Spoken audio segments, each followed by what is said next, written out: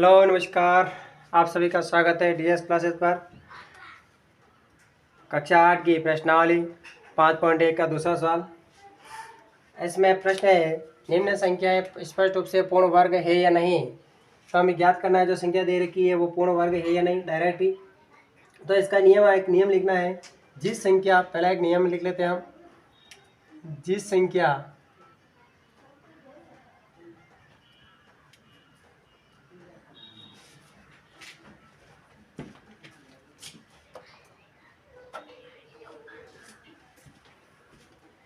जिस संख्या के अंत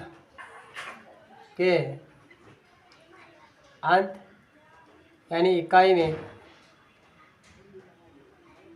में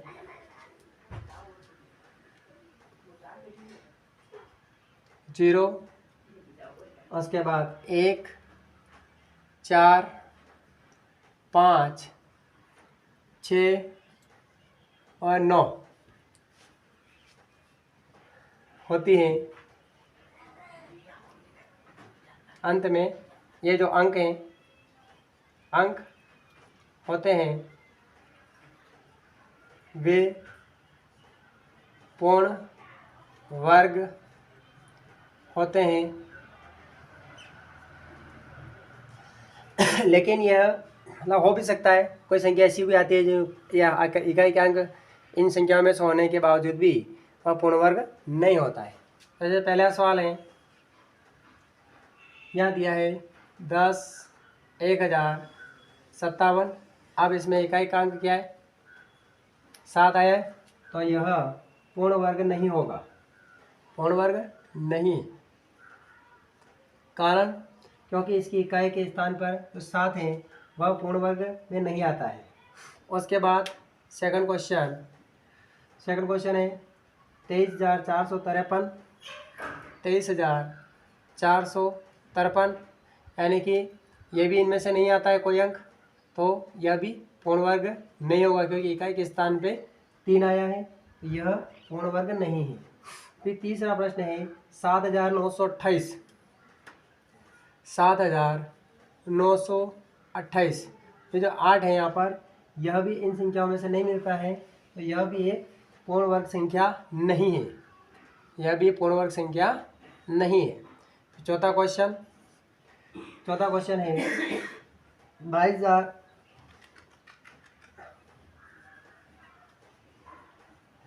इकाई, दाई, सैकड़ा, हजार, 10,000, लाख, यानी 2,22,222। तो यानी कि इकाई के अंक में लास्ट में 2 आया है, तो इन संख्या में से नहीं प्राप्त होता है। यह भी एक संख्या जो है पूर्ण वर्ग नहीं होगी।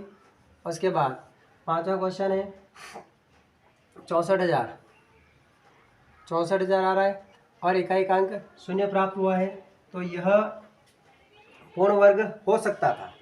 लेकिन n जो पूर्ण वर्ग हो सकता था, लेकिन 0 पूर्ण वर्ग के यहाँ नियम दे रखा है कि पूर्ण वर्ग होगा। लेकिन ये जो विषम संख्या है, इकाई, दाई, सैकड़ा, यानी कि 1, 2, 3, यानी कि ये 0 है। अगर सम होते तो ये संख्या क्या हो जाती? पूर्ण वर्ग हो जाती। लेकिन विषम है, इस कारण से ये भी पूर्ण वर्ग नहीं होगी। छठा क्वेश्चन 89,722। अब इसमें भी लास्ट वाली संख्या 2 है, तो अभी पूर्ण वर्ग नहीं होगा। फिर उसके बाद सातवां क्वेश्चन है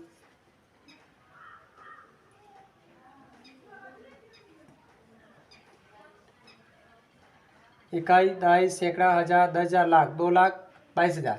अब यहाँ पे भी हमें देखना है कि इसके पीछे अंत में इकाई का अंक 0 आ रहा है, यहाँ पे भी इकाई का अंक 0 है। लेकिन क्योंकि यह जो 0 है यह विषम है, इस कारण से यह पूर्ण वर्ग नहीं होगा। अगर यह सम होता तो यह संख्या हमारे पूर्ण वर्ग होती। आठवां क्वेश्चन है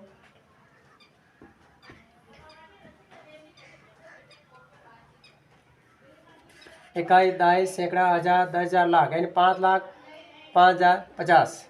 तो अब इसमें देखना है कि यह पूर्ण वर्ग है कि नहीं, क्योंकि इसमें 0 है और इसमें भी इकाई का अंक क्या हो गया?